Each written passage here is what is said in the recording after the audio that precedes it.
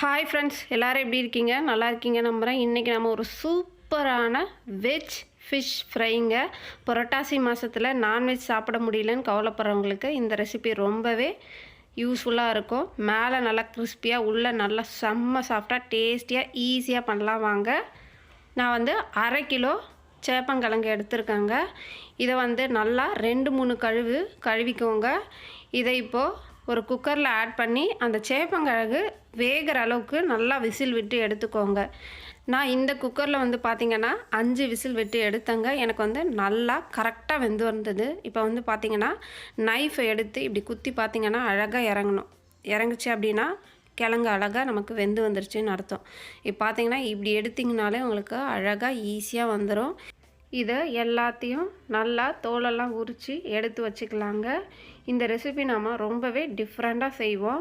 நல்லா காரசாரமாக புளிப்பாக வேறு லெவலில் இருக்கும். இந்த மெத்தடை கண்டிப்பாக ஃபாலோ பண்ணிட்டு கமெண்டில் சொல்லுங்கள் டேஸ்ட் எப்படி இருந்ததுன்னு சொல்லிவிட்டு. அப்படியே உள்ளங்கையில் வச்சு அழகாக இப்படி நசுங்குனிங்கன்னா சூப்பராக வந்துடும்.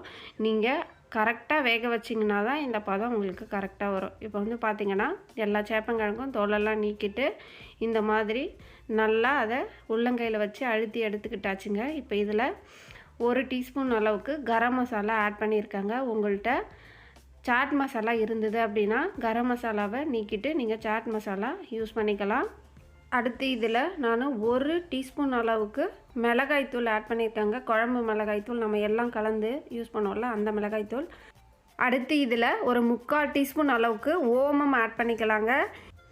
அடுத்து இதில் ஒரு 1 டீஸ்பூன் அளவுக்கு கஸ்தூரி மேத்தி ஆட் பண்ணிக்கலாங்க. நான் சொல்கிற அளவுகளை கரெக்டாக ஃபாலோ பண்ணிக்கோங்க. நெக்ஸ்ட்டு இதில் ஒரு 1/2 டீஸ்பூன் அளவுக்கு மஞ்சள்தூள் ஆட் பண்ணிக்கலாங்க.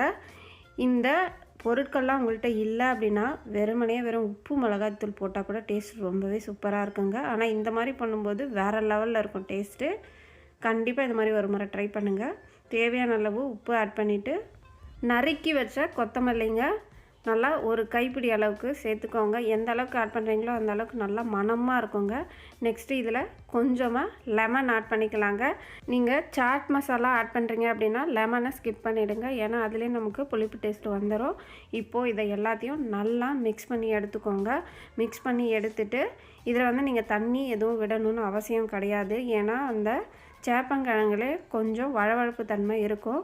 அதை அப்படியே இதில் ஜஸ்ட்டு உருட்டி ஒவ்வொன்றையும் நல்லா இந்த அளவுக்கு மசாலா படுற அளவுக்கு பரட்டி எடுத்துக்கோங்க.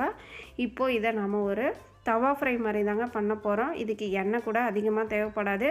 ஜஸ்ட்டு ஒரு 1 டீஸ்பூன்லேருந்து 1.5 டீஸ்பூன் நீங்கள் விட்டாலே போதும். இதை எண்ணெய் நல்லா காஞ்சதுக்கப்புறமா நாம் எடுத்து வச்சுருக்கிற இந்த எல்லா சேப்பங்கிழங்கையும் போட்டு நல்லா ஒரு சைடு வேக விடுங்க. அது நல்லா வேகணும், அந்த மசாலாவும் வேகணும். அதே மாதிரி அந்த சேப்பங்கிழங்கு நல்லா முருவலாகவும் வரணும். நல்லா பொன்னிறம் மாற அளவுக்கு நல்லா 1 சைடு வேக வச்சுருங்க. அதுக்கப்புறமா தான் நீங்கள் அடுத்த சைடு திருப்பணும். இந்த மாதிரி சேப்பங்கிழங்கை நல்லா வேக வச்சு நம்ம எடுத்துக்கலாங்க. இது வந்து உடஞ்சிரும் அப்படின்லாம் நீங்கள் பயப்பட தேவையில்லைங்க. நல்லா ஈஸியாக ஹேண்டில் பண்ணலாம். நல்லா டேஸ்ட்டாக இருக்கும். மேலே நல்லா கிறிஸ்பியாகவும் உள்ளே நல்லா செம்ம சாஃப்டாக இருக்குங்க. நாம் புரட்டாசி மாதத்தில் நான்வெஜ்ஜை மிஸ் பண்ணுறவங்களுக்கு இது ரொம்பவே நல்ல ரெசிபியாக இருக்குங்க. இந்த வீடியோ உங்களுக்கு பிடிச்சிருந்ததுன்னா உங்கள் ஃப்ரெண்ட்ஸ் அண்ட் ஃபேமிலிக்கு ஷேர் பண்ணுங்கள், லைக் பண்ணுங்கள், கமெண்ட் பண்ணுங்கள். என்னோடய சேனலுக்கு சப்ஸ்கிரைப் பண்ணுங்கள்.